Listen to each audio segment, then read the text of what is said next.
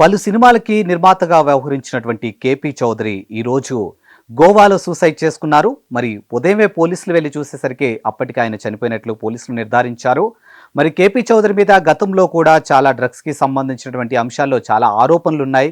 So drugs ఫెడ్లర్గా ఉన్నారని సినీ సెలబ్రిటీలకు చాలా మందికి కూడా ఆయన గోవా నుంచి కానీ ఇతర రాష్ట్రాల నుంచి డ్రగ్స్ తీసుకొచ్చి ఇక్కడ సినీ సెలబ్రిటీలకి సప్లై చేస్తున్నట్టు కూడా కొన్ని అంశాల్లో ఆయన మీద ఉన్నటువంటి అభియోగాలు మనం చూసాము.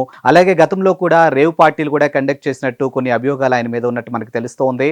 అలాగే వరలక్ష్మి టిఫిన్ సెంటర్ కి సంబంధించినటువంటి డ్రగ్స్ వ్యవహారంలో కూడా ఆయన మీద ఉన్నటువంటి ఆరోపణలు ఇలా ప్రతిదీ కూడా డ్రగ్స్ కి సంబంధించినటువంటి వ్యవహారంలో ఆయన గతంలో ఆయన మీద ఉన్నటువంటి కంప్లైంట్లు కానీ లేకపోతే గతంలో ఆయన జైలుకి వెళ్ళినటువంటి తీరు కూడా ఇలా ప్రతిదీ మనం చూసాం.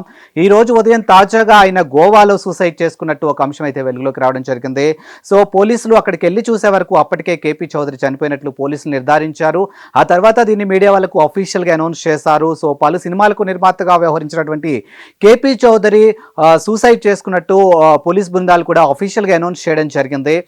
దీనికి సంబంధించినటువంటి ఆయన ఇప్పటికే ఆరోగ్యరీత్యా కూడా ఆయన చాలా ప్రాబ్లమ్స్ ఫేస్ చేస్తున్నారని, ఎట్ ద సేమ్ టైం ఆయన మీద ఉన్నటువంటి ఆర్థిక ఈ డ్రగ్స్ కి సంబంధించిన ఆరోపణలు అవ్వచ్చు, ఆర్థికంగా కూడా ఆయన చాలా ఇబ్బందులకు ఎదుర్కొంటున్నట్టయితే స్పష్టంగా తెలుస్తుంది. గతంలో కూడా ఆయన స్నేహితులు ఆయనకి చాలా వరకు కూడా సపోర్ట్ చేసినప్పటికీ కూడా ఆర్థిక ఇబ్బందులు అనేవి చాలా ఎక్కువ మోతాదులో ఉండడంతో ఆయన ఈరోజు ఇలాంటి ఒక డెసిషన్ తీసుకున్నారు అనేది ఒకటి వినిపిస్తుంది. మరొకటి డ్రగ్స్ కి సంబంధించినటువంటి అంశాలు స్టిల్ ఇంకా పోలీస్ స్టేషన్ పరిధిలో ఉన్నాయి, కోర్టుకి సంబంధించినటువంటి పరిధిలో ఉన్నాయి. కాబట్టి వీటన్నిటిని ఎలా ఓవర్కమ్ చేయాలి అని ఆలోచనతో మానసికంగా కుంగిపోయి ఈరోజు ఇలాంటి ఒక డెసిషన్ తీసుకున్నారంటగా మాట్లాడుతున్నారు కొంతమంది. అలాగే ఇప్పుడు ఏదైతే ఆయన ఆరోగ్యరీత్యా కూడా అంటే ఆయన కూడా గతంలో డ్రగ్స్ కి సంబంధించిన అంశాలు అవ్వచ్చు, లేకపోతే ఇవన్నీ మానసిక ఒత్తిళ్ళకి లోనయ్యి ఆయన కూడా తాగుడికి చాలా బానిసయ్యారని, దానివల్ల కూడా ఆయన ఈరోజు ఆరోగ్యంగా చాలా క్షీణించిందని, సో వీటన్నిటిని ఓవర్కమ్ చేయలేకే కేపీ చౌదరి ఈరోజు ఇలాంటి ఒక డెసిషన్ తీసుకున్నారు అని చెప్పేసి సోషల్ మీడియా వేదికగా అభిప్రాయాలు తెలియజేస్తూ ఉన్నారు. ఎస్, కేపీ చౌదరికి సంబంధించి చాలా వరకు కూడా అంటే ఆయన తెలుగులో చాలా పలు సినిమాలకు నిర్మాతగా వ్యవహరించినప్పటికీ కూడా కబాలీ సినిమాతో ఆయన చాలా ఫేమ్ అయినట్టయితే మనకి తెలుస్తుంది. కబాలీ లాంటి ఒక పెద్ద ప్రాజెక్ట్కి ఆయన నిర్మాతగా వ్యవహరించారు. సో ఆ సినిమాతో ఆయన మీడియా అటెన్షన్ చాలా వరకు ఆయన అంటే పలానా నిర్మాత అని చెప్పేసి ఆ పేరు బయటకు రావడం జరిగింది.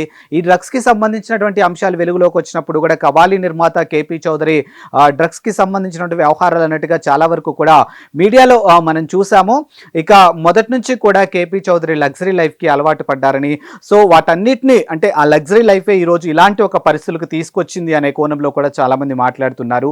అండ్ ఇండస్ట్రీలో ఉన్నటువంటి చాలా మందికి కూడా డ్రగ్స్ సప్లై చేయటము, డ్రగ్స్ ఫెడ్లర్గా ఆయన ఉన్నారని, సో ఆ విషయంలో కూడా అంటే సినీ సెలబ్రిటీల దగ్గర పెద్ద ఎత్తున డబ్బులు తీసుకుంటూ ఈ లగ్జరీ లైఫ్కి రాయల్టీ లైఫ్కి అలవాటు పడి చెడు మార్గాల్లో కేపీ చౌదరి వెళ్ళారు అనేది కూడా చాలా మంది మాట్లాడుతున్నారు. బట్ ఏదేమైనప్పటికీ కూడా ఈరోజు ఆయన తీసుకున్నటువంటి డెసిషన్ అనేది ఆయన జీవితాన్నే కాదు ఆయన కుటుంబాన్ని కూడా రోడ్ల పాలు చేసింది అనడంలో ఎలాంటి సందేహం లేదు.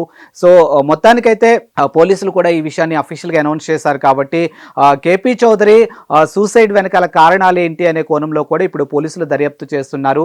మరి దీని వెనకాల నిజంగా ఆయన లేకపోతే డ్రగ్స్ కి సంబంధించినటువంటి అంశాల వల్ల మానసిక ఒత్తిడికి లోనై ఇలాంటి డెసిషన్ తీసుకున్నారా, లేకపోతే ఆర్థిక ఇబ్బందులు అనేవి పెద్ద మొత్తంలో ఉన్నాయి కాబట్టి వాటి నుంచి ఏమైనా ప్రెజర్ ఉందా, లేకపోతే ఇంకా ఏంటి అనే కోణంలో కూడా పోలీసులు దర్యాప్తు చేస్తూ ఉన్నారు.